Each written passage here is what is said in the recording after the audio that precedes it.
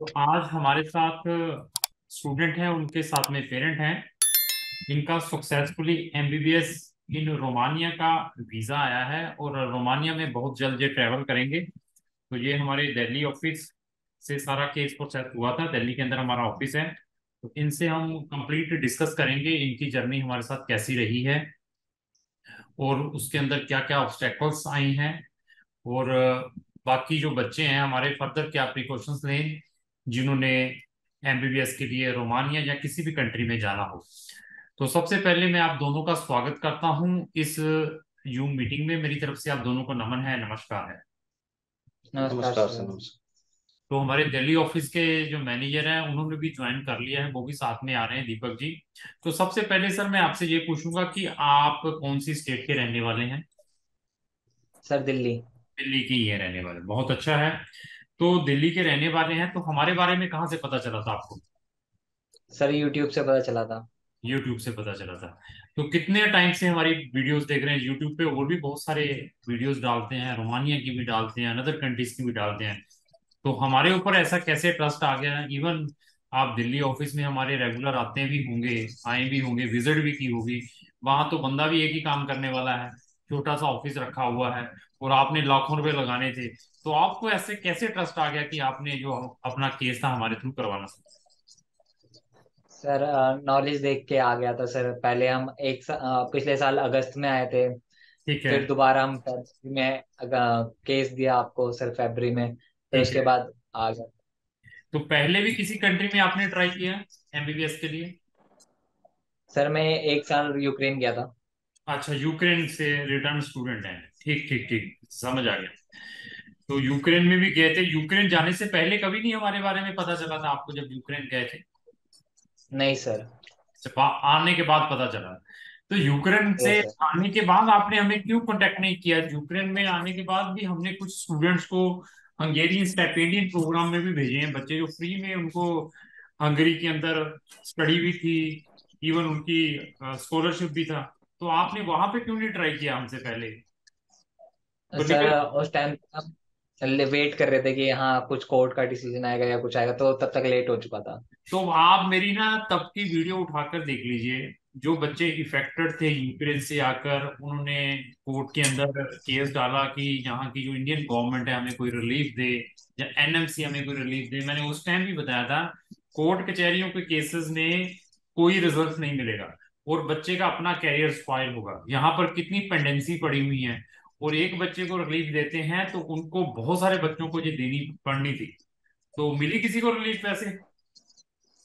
नहीं सर। ओहो। तो बड़ा टाइम भी लगा आपका, एनी हो। तो अभी आपको, आप हमें आई थिंक सो आप फेब से लगे हुए हैं हमारे पास, फरवरी से। Yes sir.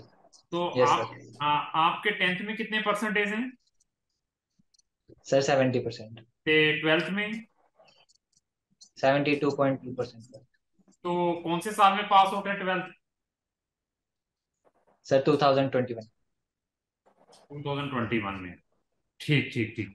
तो 2021 और एक साल कंप्लीट कर लिया था आपने यूक्रेन में? सर यस, एक साल हो ठीक। गया था कंप्लीट। तो अभी न्यू एडमिशन जा रहे हैं रोमानिया में ना? Yes sir. तो वहां पर भी कितने पैसे खराब हुए होंगे यूक्रेन में? Sir around 10 lakh. ओह, तो यार बड़ा है, पैसे वहां पे भी लगे हैं आपके। यानी हो अभी जो है, देखो पेरेंट्स भी आपके साथ में हैं तो अभी मेहनत ज्यादा करनी पड़ेगी आपको। ये देखो वीजे लेने वहां पर भी, चलो यूक्रेन के नाम पर ले लिए या फलाना है, वीजा लेना, एडमिशन लेना, कंपेरेटिवली आपको भी पता चल गया कि कोई इतना वो टफ नहीं है। जो कि वहां की स्टडी, आपने यूक्रेन में तो पढ़ा होगा सारा कुछ एक साल। हाँ फर्स्ट ईयर कंप्लीट किया था हाँ, सर। वहां जाकर अभी मेहनत आपको डबल करनी है। ठीक है। तो आपने रोमानिया को क्यों सिलेक्ट किया था आपने? सर एक तो सबसे चीप कंट्री यही थी, और बाद में ऑप्शंस भी ज्यादा हैं। मतलब पूरे यूरोप से करने की वैल्यू ऑलमोस्ट सेम ही है। तो ज्यादा वैल्यू में फर्क नहीं था, तो आपको लेकिन मालूम, बजट में फर्क था। हाँ, तो आपको मालूम ये शेंगन में ज्वाइन करने वाली है? हाँ सर, जनवरी में शेनिगन में ऐड हो जाएगी, ये और बुल्गारिया। हाँ, देखिए और आप शेंगन की आज की डेट में फीस है 10,000, मिनिमम स्टार्ट है 10,000 से लेकर 20-20 हजार यूरो की फीस है। तो अभी ये जो ज्वाइन भी करने वाली है आपके लिए ये भी एडवांटेज रहेगा। तो दूसरा स्टडी, तो इनकी सेम लाइक जो शेंगन कंट्री की है, सेम ही they are using the pattern. और ऐसे, हम्म। और आपने कौन सी यूनिवर्सिटी में एडमिशन आया आपका? सर ग्रेगोर्टी पोपा में। कितनी यूनिवर्सिटीज में अप्लाई किया था? सर एक में ही किया था। देखो, एक में ही किया था। आपको हमने साथ में ये भी सजेस्ट किया होगा कि अनदर और भी कंट्री में आप करें अप्लाई। नहीं सर, आपने बोला था इसमें आ जाएगा। फिर बाकी यूनिवर्सिटी के एडमिशन लेट ओपन होने वाले थे। अगर ठीक इसमें नहीं आता फिर उसमें अप्लाई करते हैं। ठीक इसमें ठीक ठीक अप्लाई किया था, एक हफ्ते के अंदर सर एडमिशन आ गया था। एडमिशन भी काफी जल्दी आ गया था। ठीक ठीक ठीक ठीक। तो दीपक जी, हमारे मैनेजर जी बैठे हुए हैं। तो अभी तक जो हमारी फाइलें एम्बेसीज में कितनी चली गई हुई हैं? सर 20 से 25 फाइल ऑलरेडी है। देखिए, ये फाइलें अलग अलग कंट्रीज की डालते हैं तो ये फाइलें जाती हैं, बच्चे बहुत सारे हमारे साथ रजिस्टर्ड हैं। तो अम्बेसीज में भी बच्चों को बड़ी प्रॉब्लम्स आती हैं। अभी हमारे कुछ बच्चों के एडमिशन भी नहीं हो पाए, आई थिंक 3 बच्चे हैं जिनके एडमिशन नहीं हो पाए। उनकी सिचुएशन भी आप जी समझ सर। सकते होंगे, जिनके बेचारों के एडमिशन नहीं आए, हमारे साथ लगे थे क्योंकि उन्होंने हमें बहुत लेट संपर्क किया। लेट मीन्स, अभी हम कहते हैं कि जैसे आपने फैब में किया, आपकी प्रोफाइल भी 72% वाली थी। तो ऐसे बच्चों को जैसे फेब में आपने कांटेक्ट किया, इतने टाइम पहले भी हमें कांटेक्ट कर लें तो उनके एडमिशन आ सकते थे। जिन बच्चों के एडमिशन नहीं आए हैं, वो बच्चों की प्रोफाइल आपसे भी बड़ी बढ़िया थी, 80-80% वाले, क्योंकि उन्होंने बहुत ही लेट में संपर्क किया।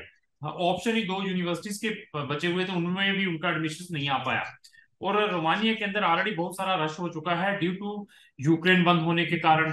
तो मैक्सिमम स्टूडेंट्स अभी सोच रहे हैं कि ये अभी शेंगन में भी आने वाली है तो इस कंट्री का एडवांटेज लिया जाए, तो यहाँ पर हम डालें। बहुत सारा रश है हमारे पास। इवन कुछ बच्चों की प्रोफाइलें भी हमारे पास आई हैं जिन्होंने अपने लेवल पर एडमिशन लिया था, अनदर कंट्रीज के नेशनल हैं वो हमसे असिस्टेंस चाहते हैं कि हमारी वीजा फाइलिंग करें आप, हमारे हमें पोस्ट लैंडिंग सर्विसेज दें वहां पहुंचने के बाद। तो उन पे भी हम वर्क कर रहे हैं। तो एनी हो, अगर किसी भी बच्चे ने यूरोप में पढ़ने के लिए जाना है, स्पेशली रोमानिया में एमबीबीएस करनी है, तो रोमानिया से रिलेटेड और एमबीबीएस यूरोप से रिलेटेड हमारी डेडिकेटेड प्ले लिस्टें हैं। वहां पर नंबर ऑफ वीडियोज हैं, नंबर ऑफ सक्सेस स्टोरीज हैं, जैसे ये हमसे डिस्कस कर रहे हैं। तो उनका लिंक भी मैंने अपने डिस्क्रिप्शन बॉक्स में लगाया है, वहां जाकर वीडियोस चेक करें, उसके बाद कंसल्टेंट की सर्विस हायर करें। तो ओवरऑल, जब आप अम्बेसी में गए, जब आपका एडमिशन आ गया, तो अम्बेसी में कोई हम्म। आपको दिक्कत आई हो फाइल सबमिशन की? नहीं सर, कोई दिक्कत नहीं आई। अम्बेसी ने कोई क्वेश्चन पूछा हो आपसे? सर 2 क्वेश्चन पूछे थे बस, और ठीक। बाकी तो कुछ नहीं पूछा। तो इवन हमारे 1-2 स्टूडेंट्स को आपके सबमिशन के बाद भी दिक्कत आई। तो आप ये देखिए कि एक स्टूडेंट हमसे जम्मू एंड कश्मीर का है, वो जम्मू एंड कश्मीर से दिल्ली में फाइल जमा करवाने के लिए दिया। 2 दिन उनको उन्होंने लमका रखा। मंडे को फाइल देने का, कहते हैं आज हमारे यहाँ पे कंसुलेट बैठा नहीं है तो आप कल आए। कल गया तो कहते हैं अपॉइंटमेंट लेकर आए। जो आप अपॉइंटमेंट लेकर गए थे वैसे ही गए थे, वाकिन सर थे। बिना विदाउट हाँ। अपॉइंटमेंट। तो उसको उन्होंने एक्सक्यूज कर दिया कि आप अपॉइंटमेंट लेकर आए। तो क्या उसने कहा कि मैं जम्मू एंड कश्मीर से आया हूँ, तो कल आपने बता दिया जी, आज मुझे कह दिया अपॉइंटमेंट, यहाँ पर प्रोसीजर ही कहीं नहीं लिखा। उसको फिर कैलकुलेशन किया, नेक्स्ट दिन उसकी फाइल ही 2 दिन उसके वेस्ट किए। ऐसा हुआ था दीपक, आपको मालूम है? जी। एक जम्मू जी जम्मू हुआ था सर स्टूडेंट का। हाँ, सूरत का। जम्मू वाले स्टूडेंट का हुआ था सर बिल्कुल। उसका ऐसी। तो ऐसी दिक्कतें भी आती हैं, उसमें भी बच्चा परेशान हो जाता है। पेरेंट्स सी जी ये क्या हो रहा है, फिर सी जी को ही पूछते हैं कि यार आपको मालूम नहीं था, या हमें भी लोग फिर कोसना स्टार्ट कर देते हैं। मैं क्या, देखिए जी। उनका सिस्टम है, एडमिशन भी वीजा भी डिपेंड ऑन द यूनिवर्सिटीज और embassies. It is not like that कि आपने सतीश जी को एंगेज कर लिया है और सतीश जी 100% परफॉर्म करेंगे। 100% कहीं पर कोई भी चीज नहीं है। हम एफर्ट्स करते हैं, बच्चों को अवेयर करते हैं कि ये तरीके हैं, ये डॉक्यूमेंट दे दीजिए, उसके बाद हमारे एफर्ट्स प्रॉपर रहेंगे। तो ओवरऑल ड्यूरिंग द प्रोसेस कोई दिक्कत आई हो, चाहे हमारे दिल्ली स्टाफ से या चाहे हमारा जो जलंधर में आपके स्टाफ को डील करा, कभी आपको टाइमली जवाब ना देता हो, टाइमली फाइलिंग ना देता हो, टाइमली आपको टिप्स ना प्रोवाइड करता हो, ऐसी कोई दिक्कत आई हो? नहीं सर, अभी तक तो ऐसे कोई दिक्कत आई नहीं। चलो ठीक है। तो वीजा आ चुका है फिर? हाँ सर, वीजा आ गया, आज ही लेके आया हूँ सर वीजा। आज कलेक्ट करें। तो पेमेंट के ऊपर भी आते हैं, पेमेंट की टर्म एंड कंडीशंस। जब आपने हमसे केस रजिस्टर्ड किया था तो कब कितनी पेमेंट देकर गए थे? सर 15,000 दे के कहते हैं। 15,000 रुपया देकर गए थे। तो आप जब यूक्रेन में आपने अपना डाला था उस टाइम आपके कंसल्टेंट ने क्या लिया था आपसे, जब आपने उसके पास गए थे? मैं वैसे एग्जांपल पूछ रहा हूँ, क्या चलता है? सर उन्होंने भी इतने ही रजिस्ट्रेशन चार्ज लिया था पहले, तो फिर उन्होंने धीरे धीरे करके लिया। तो बाकी जब एडमिशन आया उसके बाद भी हमने पैसे लिए आपसे? सर अभी देने हैं वो। हाँ। हाँ, एडमिशन के बाद दिए थे सर 20,000, वीजा हाँ, के बाद अब देने हैं। वीजा के बाद। तो वीजा जो है, जो पासपोर्ट है, वो आपने खुद जमा करवाया? हाँ सर, खुद गया था तो एम्बेसी। कलेक्शन किसने की? सर मैंने खुद नहीं की तो थी। आपको अभी उसके बाद पेमेंट देनी थी आपने? हाँ। कोई आपके कभी हमने ओरिजिनल डॉक्यूमेंट रखे हैं? जब पासपोर्ट रखा है, जब आप हमसे रजिस्टर्ड हुए थे, हमें ओरिजिनल डॉक्यूमेंट भी चाहिए, आपका ओरिजिनल पासपोर्ट भी चाहिए, ऐसा कुछ? नहीं, स्कैन कॉपी। Scan copy? तो मैं इस वीडियो के थ्रू यही अवेयर करना चाहता हूँ, कहीं पर किसी भी डॉक्यूमेंट की किसी भी एम्बेसीज में, चाहे वो एडमिशन है चाहे वो वीजा ओरिजिनल की, कोई रिक्वायरमेंट नहीं रहती। तो वो सिर्फ एजेंट्स ब्लैकमेलिंग के लिए बच्चों से ले लेते हैं, लीजिए मुझे ओरिजिनल पासपोर्ट दे दीजिए, ओरिजिनल डॉक्यूमेंट दे दीजिए, फिर उसके बाद ब्लैकमेलिंग स्टार्ट है एक दूसरे की। अगर बच्चा कल विड्रा करता है, मुझे तो इतने लाख रुपए दीजिए तब मैं आपके डॉक्यूमेंट दूंगा। तो यहाँ पर आपको ऐसी चीजें नहीं मिलेगी, सारा कुछ ओपन मिलेगा, ट्रांसपेरेंट मिलेगा। तो वीजा इनका आ चुका है, इन्होंने बताया कि कैसे कैसी जर्नी रही है। एडमिशन के टाइम भी नंबर ऑफ डॉक्यूमेंटों की रिक्वायरमेंट पड़ती है, मेडिकल भी रिक्वायरमेंट रहता है, पीसीसी भी बनवानी पड़ती है बच्चे को, एमओआई मीडियम ऑफ इंस्ट्रक्शन का लेटर भी बनवाना पड़ता है, अपनी बैंक स्टेटमेंट भी बच्चे के अपने नाम होनी चाहिए, बैंक से भी ईमेल करवानी पड़ती है, ऐसी सारी चीजें की थी आपने? हाँ सर, की थी। ठीक ठीक ठीक। तो ऐसा है कि इनका सक्सेसफुली वीजा आ चुका है, अभी ये एक दो दिनों में जर्नी करेंगे। तो कब किसी भी बच्चे ने किसी भी कंट्री में आइदर एमबीबीएस के अलावा भी जाना हो, तो हमारे पास 100 कंट्रीज के ऑप्शंस हैं और number of bachelor master programs हैं। तो आप अपनी प्रोफाइल भेजें, उसको सेस करने के बाद हम आपको सेस कर सकते हैं। तो कोई और मैसेज किसी स्टूडेंट को देना चाहें, या जो प्रोस्पेक्टिव स्टूडेंट्स है, पेरेंट्स है? सर की वेट करेंगे थोड़ा, कि हाँ टाइम लगता है प्रोसेस के अंदर। हम्म। फरवरी से लेके पूरा सितंबर आ गया सर, अब जाके वीजा आया है फाइनली। ठीक ठीक तो ठीक। काफी टाइम लगता है सर। तो इसमें जो मैं पूछूंगा कि इन्वॉल्वमेंट रोल बच्चे का कितना है और कंसल्टेंट का कितना है? सर डॉक्यूमेंट्स अरेंज तो हमको ही करने पड़ते हैं, आपसे बता सकते हो ये करना है। बैंक हमें जाना पड़ता है, कोर्ट में एफिडेविट्स बनवाने जाना पड़ता है, स्कूल में एमओआई एलओआर। तो ये ऐसे है, मैं ये कहूंगा कि बच्चे का मैक्सिमम रोल है इसके अंदर। तो बच्चा जब पेरेंट्स खुद इन्वॉल्व नहीं होते अपने केस में, तो यहाँ तक हम ये जर्नी नहीं कंप्लीट कर पाते। कुछ बच्चे कुछ पेरेंट्स द्वारा इरिटेट भी हो जाते हैं, सर मैं कैसे जाऊं, मैं कैसे लाऊं।